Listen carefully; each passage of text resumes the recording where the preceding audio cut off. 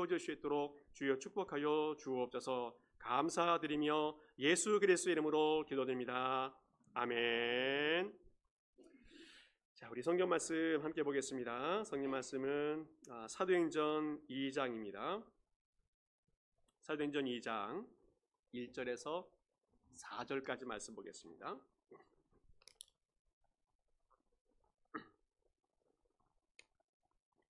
사도행전 2장 1절에서 4절까지 우리 교독하시면서 보겠습니다. 1절 제가 봅니다. 오순절날이 이미 이름에 그들이 다 같이 한 곳에 모였더니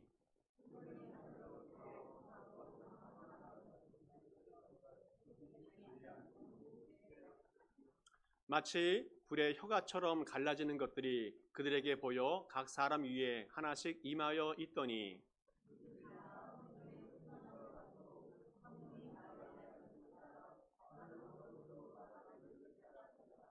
아멘. 예, 감사합니다. 오늘 2024년도 첫 주일을 맞이합니다. 다시 한번 여러분들의 가정과 여러분들의 모든 사업터와 삶에 하나님의 축복과 은혜가 가득 찰 수 있기를 간절히 축복합니다.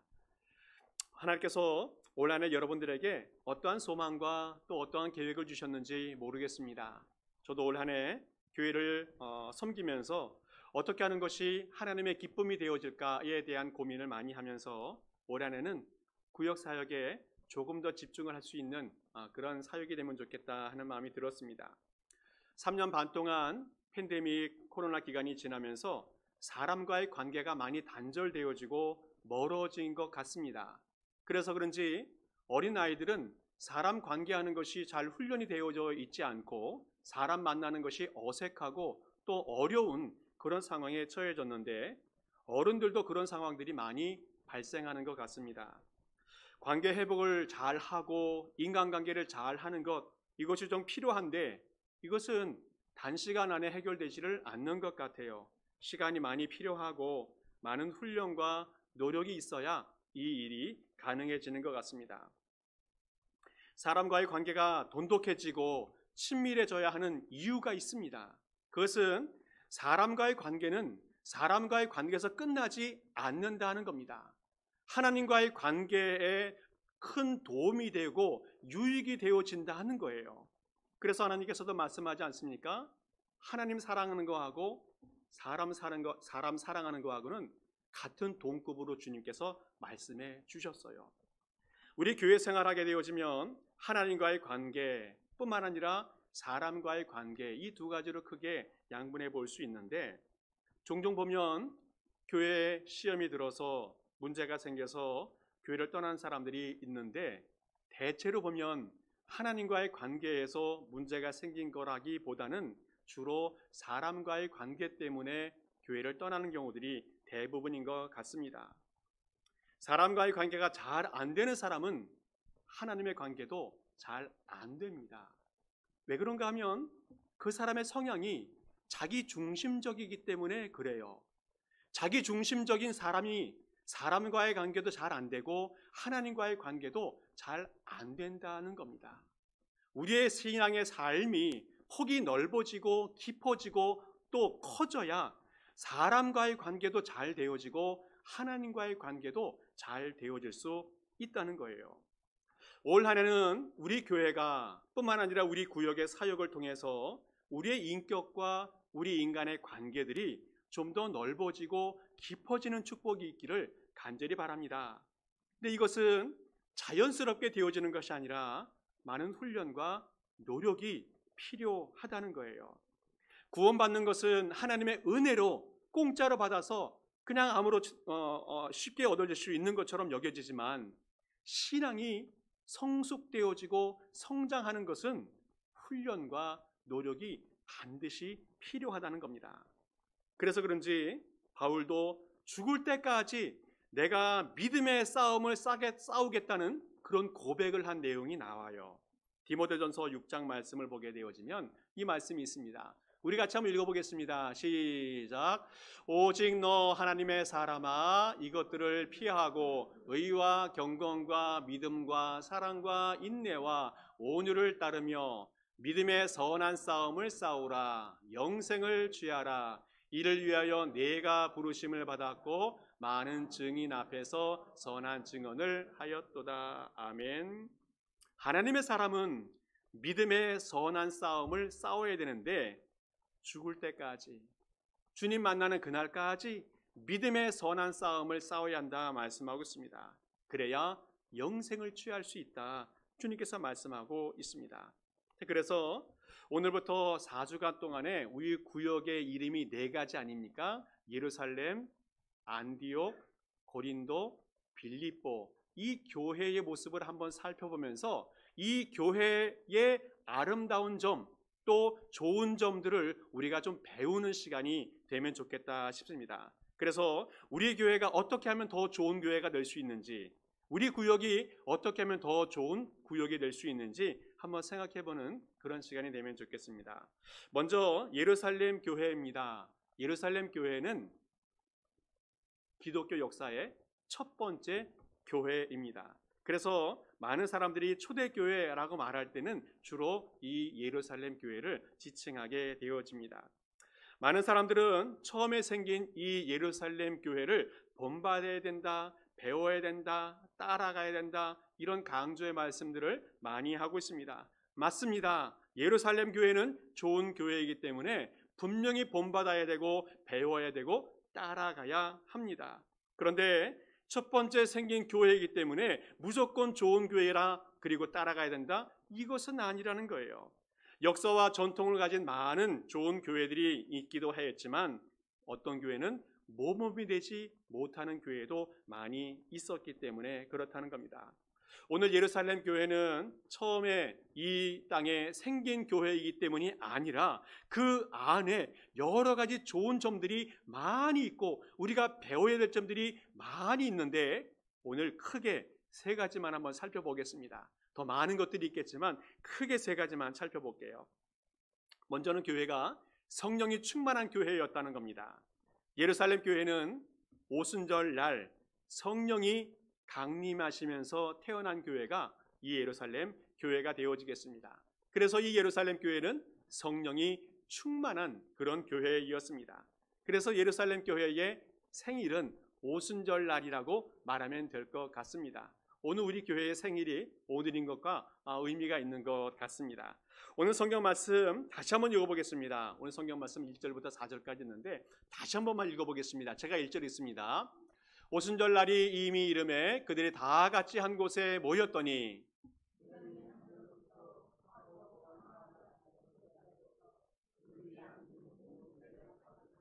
마치 불의 혀처럼 갈라지는 것들이 그들에게 보여 각 사람 위에 하나씩 임하여 있더니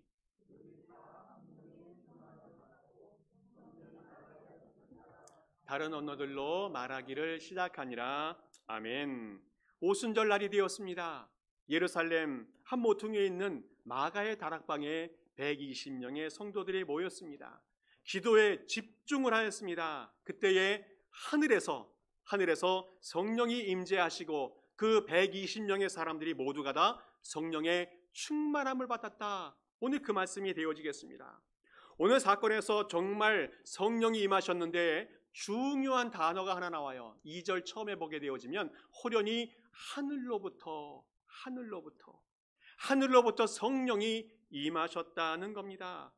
오늘 하늘로부터 성령이 임하실 때에 교회가 시작되어질 수 있다는 것을 오늘 말씀해 주고 있습니다. 하늘로부터 성령이 임하지 아니하시면 교회는 교회다워질 수 없습니다. 하늘로부터 성령이 임하시지 않으면 그 교회는 껍데기 교회에 불과하다는 겁니다.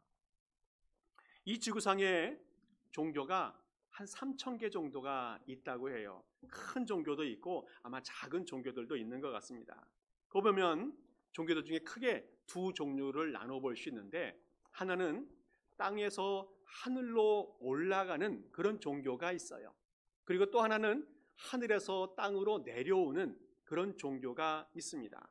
땅에서 하늘로 올라가는 것은 수행 종교, 자연 종교라고 말하고 대체로 대표적인 종교가 불교라고 말할 수 있습니다.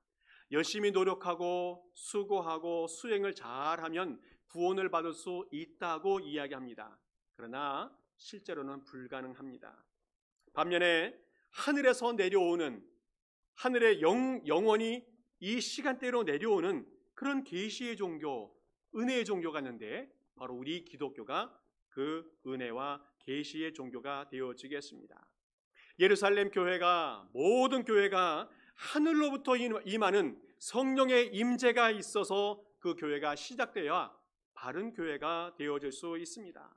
그리고 하늘로부터 임하신 성령의 능력이 계속 진행되는 것을 성령의 충만함이다라고 말하게 되어집니다. 예루살렘 교회는 바로 성령이 충만한 그런 교회이었습니다. 우리 교회도 올 한 해 추구할 때에 성령이 충만한 교회가 될 수 있기를 간절히 바랍니다. 우리 교회가 성령이 충만하여서 예루살렘 교회를 닮아가고 하나님이 기뻐하시는 교회가 될 수 있는 은총이 있기를 간절히 바랍니다. 오늘 성령이 충만한 그런 교회가 되어야 된다 말씀을 드렸는데 왜 성령이 충만해야 되는가? 그것은 사람들이 모여있는 공동체가 이 교회인데 교회의 주인은 하나님의 영 성령님이기 때문에 그렇다는 거예요. 교회는 사람이 아무리 많이 있어도 성령 하나님이 계시지 않으면 교회가 아닙니다. 반면에 진실한 성도 한 사람, 두 사람이 모여 있을지라도 성령께서 함께 계시면 그 교회는 진정한 교회가 되어질 수 있다는 겁니다. 교회는 하나님의 주권과 하나님의 소유권이 있기 때문에 교회는 성령님이 계셔야 교회라고 말할 수 있다는 거예요. 그리고 교회가 세상으로부터 또 악한 세력으로부터 많은 도전과 핍박을 받게 되어지는데 이것은 인간의 힘으로 이길 수가 없습니다. 이겨도 이긴 것이 아니라는 거예요. 오직 하나님의 영이, 하나님의 성령이 충만하여야만 이 영적인 싸움에서 잘 이겨나갈 수 있다는 겁니다. 그래서 우리 교회는 성령의 충만한 그런 교회가 되어져야 된다는 겁니다. 그러면 성령이 충만하기 위해서는 어떻게 되는가? 오늘 성경에서는 기도하는 교회가 되어야 된다 말씀하고 있습니다. 예루살렘 교회는 기도로 시작이 되어졌고 기도로 뜨거운 교회가 되어졌고 기도로 충만한 교회가 되어졌다는 겁니다. 오늘 사도행전 1장 4절 말씀을 보게 되어지면 예수님께서 하늘로 올라가시면서 제자들에게 당부한 내용이 나옵니다. 같이 한번 읽어보겠습니다. 시작. 사도와 함께 모이사 그들에게 분부하여 이르시되 예루살렘을 떠나지 말고 내게서 들은 바 아버지께서 약속하신 것을 기다리라. 아멘. 예수님께서 하늘로 올라가시면서 제자들이 모여서 예루살렘에 모여서 하나님이 약속하신 것을 기다리라 했습니다. 그래서 120명의 성도들은 예루살렘 마가의 다락봉에 모여서 무엇을 했는가 하면 전혀 기도에 힘썼다 말하고 있습니다. 1장 14절에 그렇게 말씀하고 있어요. 마음을 같이하여 오로지 기도에 힘썼더라. 기도에 힘썼더라.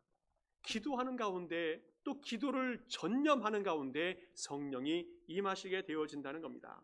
이렇게 기도하는 가운데 성령이 임하시게 되어지고 드디어 예루살렘 교회가 시작이 되어졌다는 겁니다. 또한 예루살렘 교회는 시작뿐만 아니라 계속적으로 기도하는 교회이었습니다. 2장 42절 말씀을 보게 되어지면 그들이 사도의 가르침을 받아 서로 교제하고 떡을 떼며 오로지 기도하기를 힘쓰니라. 오로지 기도하기를 힘쓰니라. 또 4장 24절 보게 되어지면 계속적으로 기도하는 내용들이 나와요. 그들이 듣고 한 마음으로 하나님께 기도하여 기도를 높여 이르되 대주제여 이 세상을 주관하시는 주여 천지와 바다와 그 가운데 만물을 지으신 이시요. 그 다음 29절 30절 같이 한번 읽어보겠습니다. 시작. 주여 이제도 그들의 위협함을 굽어보시옵고 또한 종들로 하여금 담대히 하나님의 말씀을 전하게 하여 주시옵고 손을 내밀어 병을 낫게 하시옵고 표적과 기사가 거룩한 종 예수의 이름으로 이루어지게 하옵소서 하더라. 아멘. 예루살렘 교회는 계속적으로 기도하였습니다. 어려운 환난이 있을 때에 기도하였습니다.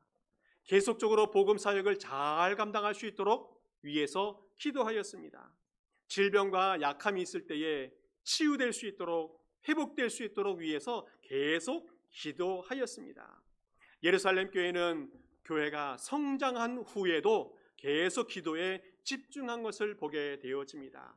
어떤 새로운 프로그램이나 행사에 치중하지 아니하고 오직 기도에 집중했던 것을 보게 되어집니다. 사도행전 6장 4절 말씀을 보아도 이렇게 고백하고 있어요.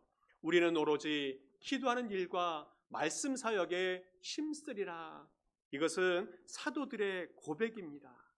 우리는 기도와 말씀에 전념하리라. 좀 무식한 것처럼 여겨지지만 얼마나 소박하고 행복한 모습인지 알 수 없습니다. 예루살렘 교회가 기도로 충만하였고 기도가 충만할 때에 성령이 충만한 교회가 되어질 수 있다는 겁니다. 올 한 해 우리 모든 성도님들 기도로 충만할 수 있기를 바랍니다. 그리고 성령으로 충만할 수 있기를 간절히 바랍니다.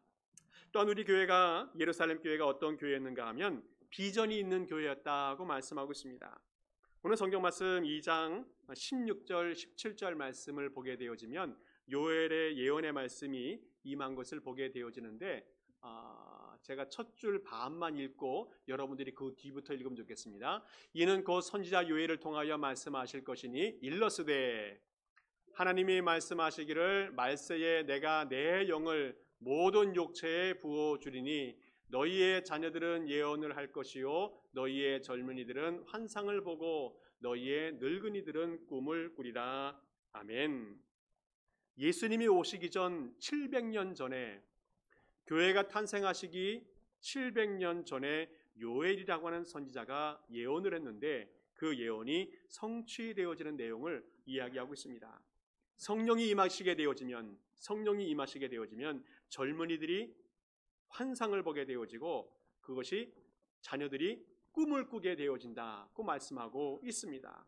뿐만 아니라 노인들이 꿈을 꾸게 되어진다고 말씀하고 있습니다. 자녀들이 꿈을 꾸고 또 예언을 하고 젊은이들이 환상을 보는 것, 이것은 지극히 이상적인 모습일 것입니다. 그러나 노인들이 꿈을 꾼다는 것, 또 비전과 꿈을 갖고 내일을 계획한다는 것, 이것은 쉽지 않은 일입니다. 그러나 성령이 임하시면 이 모든 일들이 가능해진다는 겁니다. 우리 어르신들이 어린 시절에 시행착오를 겪으면서 방황도 하고 또 고뇌도 합니다. 그러나 청년기를 지나면서 노년이 되었을 때에 철이 들고 또 세상 물정을 알게 되어질 때에 성령이 임하시게 되어지면 이 노인들이 꿈을 꾸게 되어진다는 겁니다. 우리 후손들에 대한, 우리 교회에 대한, 하나님의 나라에 대한 새로운 비전이 생기게 되어지는데 이것이 얼마나 아름답고 신선한 일인지 알 수가 없습니다. 성령이 충만하게 되어지고 꿈과 비전을 갖게 되어지면 마른 막대기에서 싹이 나오게 되어지고 메마른 사막과 같은 바위에서 생수가 터져 나올 수 있다는 겁니다. 막힌 홍해가 갈라지는 역사가 성령이 충만할 때에 이루어지는 줄을 믿습니다. 우리 모든 성도님들, 젊은이든 또 노년이든 성령이 충만하여서 꿈과 비전을 가지고 살아갈 수 있기를 간절히 축복합니다. 우리가 꿈과 비전을 갖기 위해서 필요한 것이 또 있는데 그것이 뭐냐면 사도들의 가르침이라는 겁니다. 사도행전 2장 42절 말씀을 보게 되어지면 이렇게 고백합니다. 우리 같이 한번 고백하겠습니다. 시작. 그들이 사도의 가르침을 받아 서로 교제하고 떡을 떼며 오로지 기도하기를 힘쓰니라. 아멘. 오늘 성경에서 사도의 가르침이 나오는데 사도라는 말은 복수입니다. 여러 사람이라는 거예요. 가르침이라는 말은 단수입니다. 한 가지라는 거예요. 사도들은 여러 사람이지만 가르침은 한 가지라는 겁니다. 이 무슨 말씀인가 하면 사도들이 여러 사람이 있는데 그 사람들이 자신의 가르침을 가르치는 것이 아니라 오직 한 가지 가르침을 가지고 가르치고 있다는 겁니다. 바로 그 한 가지 가르침이 뭡니까? 예수 그리스도의 가르침으로 통일되어져서 가르치고 있다는 것을 말씀해 주고 있어요. 예루살렘 교회는 예수님께서 전해주신 그 가르침을 이어받은 사도들이 그 전통을 이어받아서 말씀을 전하기 있기 때문에 이 예루살렘 교회는 말씀을 통해서 꿈과 비전을 갖게 되어졌다는 겁니다. 올 한 해 우리 성도들의 삶 속에서도 말씀을 읽고 묵상하면서 하나님의 나라에 대한 꿈과 비전을 가질 수 있기를 바랍니다. 올 한 해 우리 모든 성도님들 먼 미래를 바라보면서 우리 후손들을 바라보면서 아름다운 세상을 꿈꿔갈 수 있기를 바랍니다. 그래서 우리 교회가 꿈과 비전이 있는 그런 교회가 될 수 있기를 간절히 축복합니다. 마지막으로 또 하나 볼 수 있는 것은 문제를 풀어가는 교회가 이 예루살렘 교회이었습니다. 예루살렘 교회가 부흥도 되어지고 성장도 되어졌는데 항상 좋은 것만 있었던 것은 아닌 것 같습니다. 어려운 일도 있었고 갈등의 사건도 있었던 것을 보게 되어져요. 사도행전 6장 1절 말씀을 보겠습니다. 그때 제자가 더 많아졌는데 헬라파 유대인들이 자기의 과부들이 매일의 구제에 빠짐으로 히브리파 사람을 원망하니 예루살렘 교회에 내적인 분열이 생겼습니다. 그 내용이 무엇인가 하면 사도들과 오랫동안 신앙생활했던 기존에 있었던 유대인들 그리고 새롭게 교회에 들어오게 되었던 해외파 헬라파 유대인들이 있었었는데 이 두 부류가 갈등을 겪기 시작했다는 겁니다. 갈등의 원인이 뭡니까? 나중에 교회에 들어왔던 그 헬라파 유대인들 그들의 어려운 과부들이 구제의 명단에서 자꾸 빠지는 거예요. 그래서 비주류였던 이 헬라파 유대인들이 불만이 쌓여지고 그것이 결국은 폭발하게 되어졌다 하는 겁니다. 예나 지금이나 교회나 또 세상이든지 어떤 공동체든지 항상 문제는 생길 수가 있는 것 같습니다. 그 마음속에 불만을 갖고 있는 사람들은 언제든지 그 불만이 문제로 제기되는 것을 볼 수가 있어요. 오늘 사도들의 입장에서 한번 생각해 본다면 기존의 유대파 과부들은 오랜 시간 동안 함께 지냈기 때문에 그의 사정을 좀 알아서 구제의 손길을 더 쉽게 펼 수 있었던 것 같습니다. 그러나 나중에 들어왔던 이 헬라파 유대인들은 사정을 잘 모르기 때문에 그 구제에서 자꾸 빠지게 되어진 것 같아요. 그리고 지금 이 예루살렘 교회가 한 번 복음을 전할 때마다 3,000명이 등록하고 5,000명이 등록하는 그런 수만 명이 모이는 메가처치가 되었기 때문에 제자 12명에서 그들을 돌보고 섬기고 세심하게 살피는 것이 거의 불가능하게 되어졌다는 겁니다. 이 예루살렘 교회가 겪고 있는 이 문제는 소통의 문제이지 불평이나 불만을 토로할 수 있는 문제가 아니라는 것을 꼭 기억해야 된다는 겁니다. 이 헬라파 유대인들이 마음이 닫혀 있고 개방되지 못했기 때문에 불만과 불평이 그 속에 쌓여 있다가 결국 폭발하게 되어진 겁니다. 다행히 사도들은 이 문제를 지혜롭게 잘 대처하는 것을 보게 되어집니다. 성도들을 다 모으고 그 자리에서 열린 마음으로 그들을 설득해요.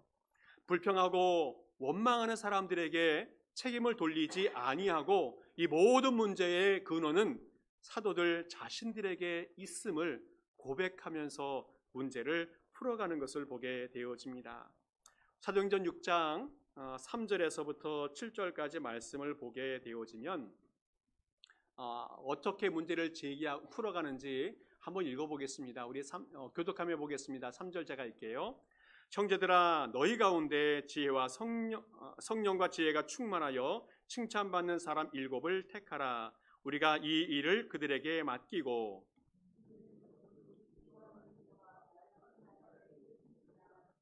온 무리가 이 말을 기뻐하여 믿음과 성령이 충만한 사람 스데반과 또 빌립과 브로거러와 니가노로와 디몬과 바메나와 유대교에 입교했던 안디옥 사람 니골라를 택하여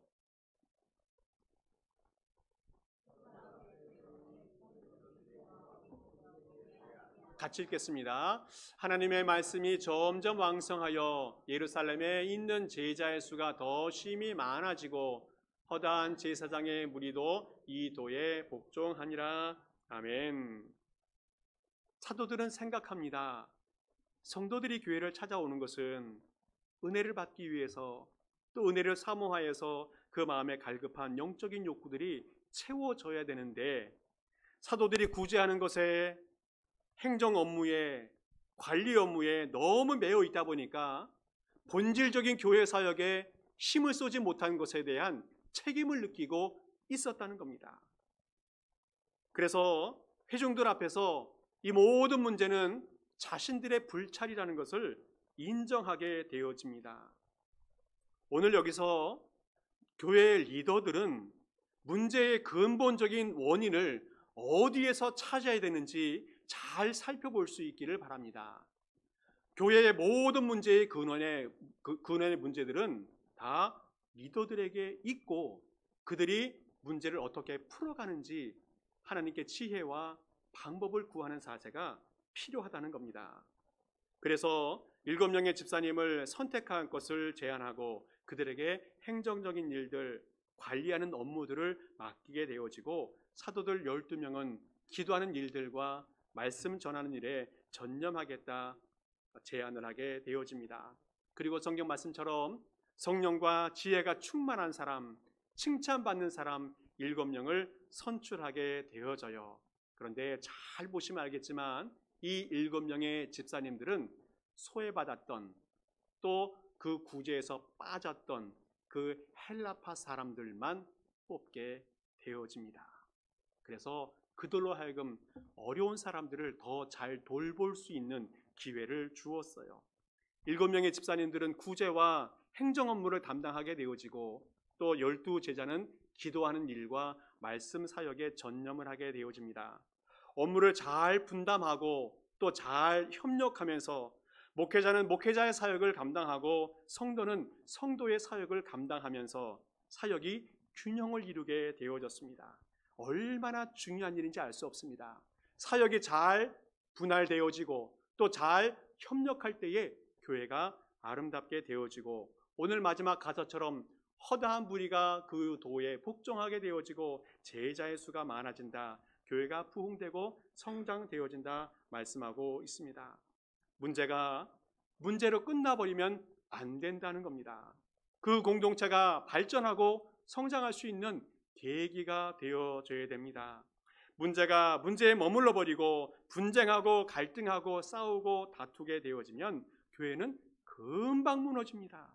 그러나 교회의 문제를 잘 풀어낸다면 오히려 성장하고 발전할 수 있는 그런 교회가 되어질 수 있습니다.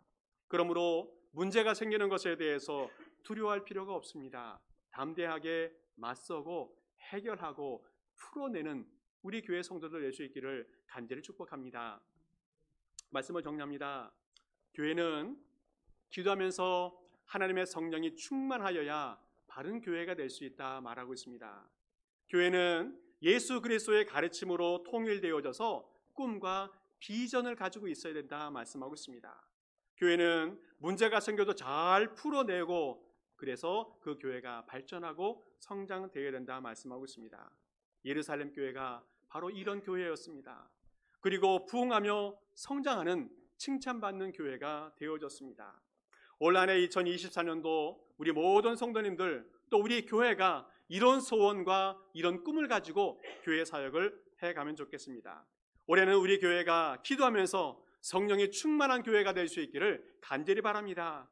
우리 교회는 말씀으로 든든하게 서서 꿈과 비전이 있는 교회가 될 수 있기를 간절히 축복합니다. 우리 교회는 어떤 문제든지 지혜와 협력으로 그 문제를 잘 풀어내고 성장하고 발전할 수 있는 그런 교회가 될 수 있기를 간절히 바랍니다. 그래서 우리 교회가 행복한 교회, 행복한 신앙생활 할 수 있기를 축복합니다. 이것이 나만이 아니라 우리 모두의 행복이 되어지고 우리 주변의 모든 사람에게 행복을 나눠주는 우리 교회 될 수 있기를 간절히 축복합니다. 함께 기도하겠습니다. 하나님 감사합니다. 2024년도도 하나님과 함께 시작하게 하시니 감사를 드립니다. 올해는 작년보다 더욱더 성장하고 성숙하는 한 해가 될 수 있도록 인도하여 주옵소서. 예루살렘 교회처럼 성령이 충만하게 하시고 꿈과 비전이 있게 하시고 문제가 있어도 잘 풀어내는 교회가 되게 하옵소서. 그리고 우리 구역들도 구역장과 구역원들이 한마음이 되어서 이런 구역을 만들어가게 하여 주시옵소서. 감사를 드리며 예수 그리스도 이름으로 기도하옵나이다. 아멘. 우리 모두 일어서셔서 함께 찬양하시고 축도 예배를 마칩니다.